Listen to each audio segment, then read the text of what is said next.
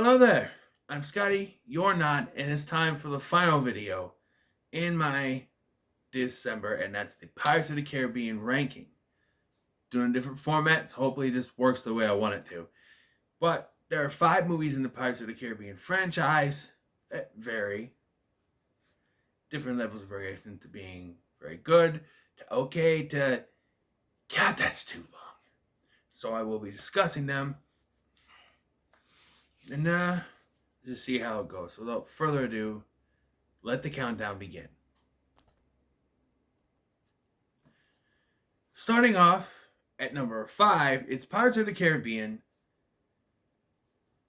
at World's End, the third and originally final film before they decided to keep going, and also the longest film with the most filler and the most unnecessary stuff. This movie just goes on and on and on. It won't ever stop. They introduce new characters like Sao Feng and then kill him off almost immediately. They have so much going on, and yet nothing is really happening because there's so many big sequences that they're doing, and they just, I don't know, there's just so much contrivance where, like, Will and Elizabeth can get married, but then is it really legal? Like I said in my review, is that really binding that a pirate captain can do it? This, how legal is that really? Who knows? And like Will having, like I said, Will stabbing the heart. Jack should have done it, or even Barbosa, or somebody else, or I don't know. And I actually just thought of this. What if it was Beckett? Then what if Jack had Beckett stab the heart? So he had to be the.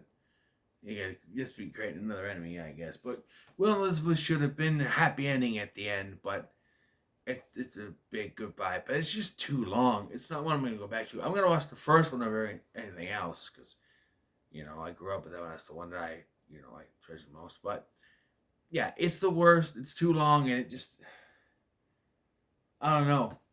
Going into this would not be my number 5, but things change. It's just watching it this time is just a slog to get through, and I just feel like they could. It's the longest one, and it's just, oh man, it's hard to get through.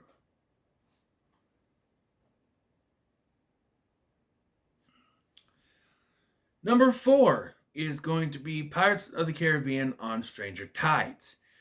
This one was originally my worst, my least favorite. Watching it again, I actually liked it. I thought Blackbeard was a great villain. I like Penelope Cruz as Angelica. The post-credit scene goes nowhere, but I kind of like it. And I didn't like Barbosa when he started, but he's back to being a pirate at the end. His peg leg is kind of iffy, and the whole Fountain of Youth thing was hinted at the end of 3, although they went a roundabout way of doing it here, but it's still a decent way.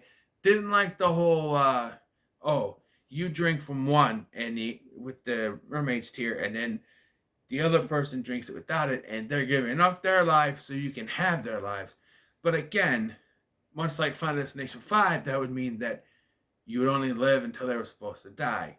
And if that person then dies after drinking it, or like even Blackbeard was dying.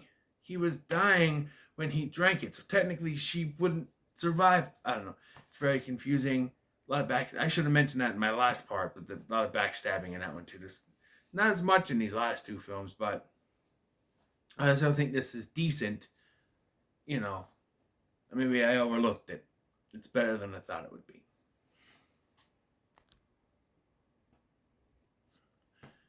Number 3, right in the middle, is going to be Pirates of the Caribbean, then Men Tell No Tales. That one always gets me. The latest of the films, and not the last, they're still playing a new one, but it brings back, sort of, the characters of Will and Elizabeth. Sort of, their story is brought back as you have their son Henry, who's trying to bring Will back from being, from the curse. So they had to get this trident. And then you also have Javier Bardem's character, Captain Salazar, who wants revenge on Jack Sparrow for cursing him through all season. He wants to try to lift the curse, even though, like I said in my review, if he did that, he'd be human. So it makes no sense. But who knows? And then, but you had the added, characteristic of Jack having to help Henry, who is Will's son. And then you have Karina, who is Barbossa's daughter, which, like I stated in my review, makes no sense whatsoever. And, I didn't mention this, but the CGI, while looking a little weird, I think it's supposed to look that way because they're like, they sway like they're in the water and stuff. And that's kind of cool. But there's still filler in this. I've got to mention, like, on Stranger Tides, takes 30 minutes to start the plot. Here, you get the basic plot, but there's still a little bit before it starts. There's all the goofiness and stuff at the beginning, and the ship being in the bottle should have just been out of the bottle by the beginning of this anyway. It makes no sense.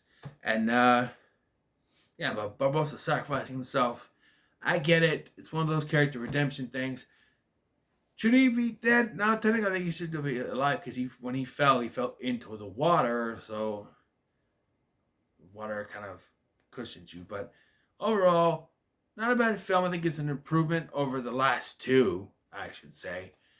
Greatly over at World's End because it's the shortest one. So, yeah, not bad.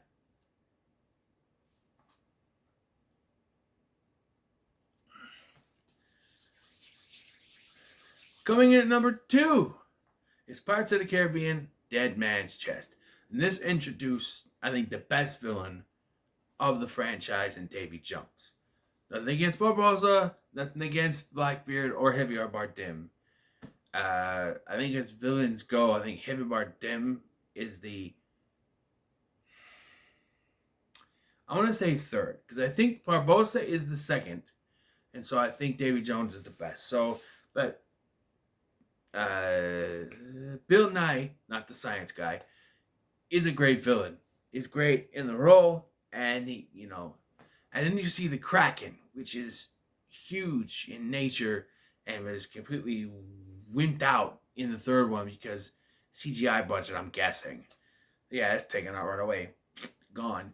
But here, you see the force. People are afraid of it. When they hear Kraken, they're afraid. Jack is so afraid he doesn't want to go onto the sea. He wants to stay on land or to the shallows, so to speak. And that's that kind of fear that you need. You know what I mean? And then, continuing the story. But again, too many backstabbings in this. Not as much as the third one, but still, there's a lot of backstabbing. It gets to be too much. All pointing signs that maybe they shouldn't have gone past the first one, because that did have a lot of good stuff. But yeah, Will and Elizabeth being tried as pirates for helping Jack. The whole sequence, again, filler. The whole sequence at the beginning, when they go to find Jack, they should have just found them. But no, they're all captured, and there's a whole filler section there. And then there's just more on the island later, fighting over the chest and running around, and it's just so much nonsense. But it's still a fun movie to watch. I enjoy it. It's the second best for me. And I think you know what number one's going to be, but I still enjoy this movie. I think it has the best villain. But there are still some problems. But coming in at number 1 is the original Pirates of the Caribbean, Curse of the Black Pearl. And for me, this is the best one. It has the best acting, the best versions of the characters, the best storytelling, the best use of the music. Not the best villain, but the best use of a villain, I think. Whereas Davy Jones kind of gets boggled in the 2 films that he's in. Barbossa is very good and is sort of good throughout these, but this is the best that his character is going to be. CGI is still kind of wonky, but fine. And this actually is probably the darkest, I think, that the films get. They kind of lighten up in humor. Because even Salazar is creepy as not very good CGI, but when he pops out, better stop believing in ghost stories, Miss Turner. You're in one. Fantastic. Hello, Paul Pete. Just classic film. This is the first one for me. It's the best. I don't know. It's the kind of thing. Same thing with Star Wars and Die Hard and And there's one more that I like the first film more. Back to the Future. You know, something with the first film I always gravitate towards. But to me, this is the best one. It just has some of the best dialogue, some of the best fight sequences, choreography, just the best chemistry between actors. It's great. And I just don't think they did any better than this one.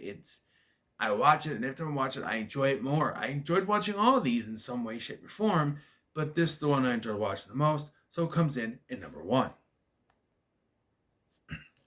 So there you have it, my ranking of the Pirates of the Caribbean movies. What is your ranking of the Pirates of the Caribbean movies in the comments below? Make sure to like, share, and subscribe. Thanks for watching. I'm Scotty, and I'll see you in the next one.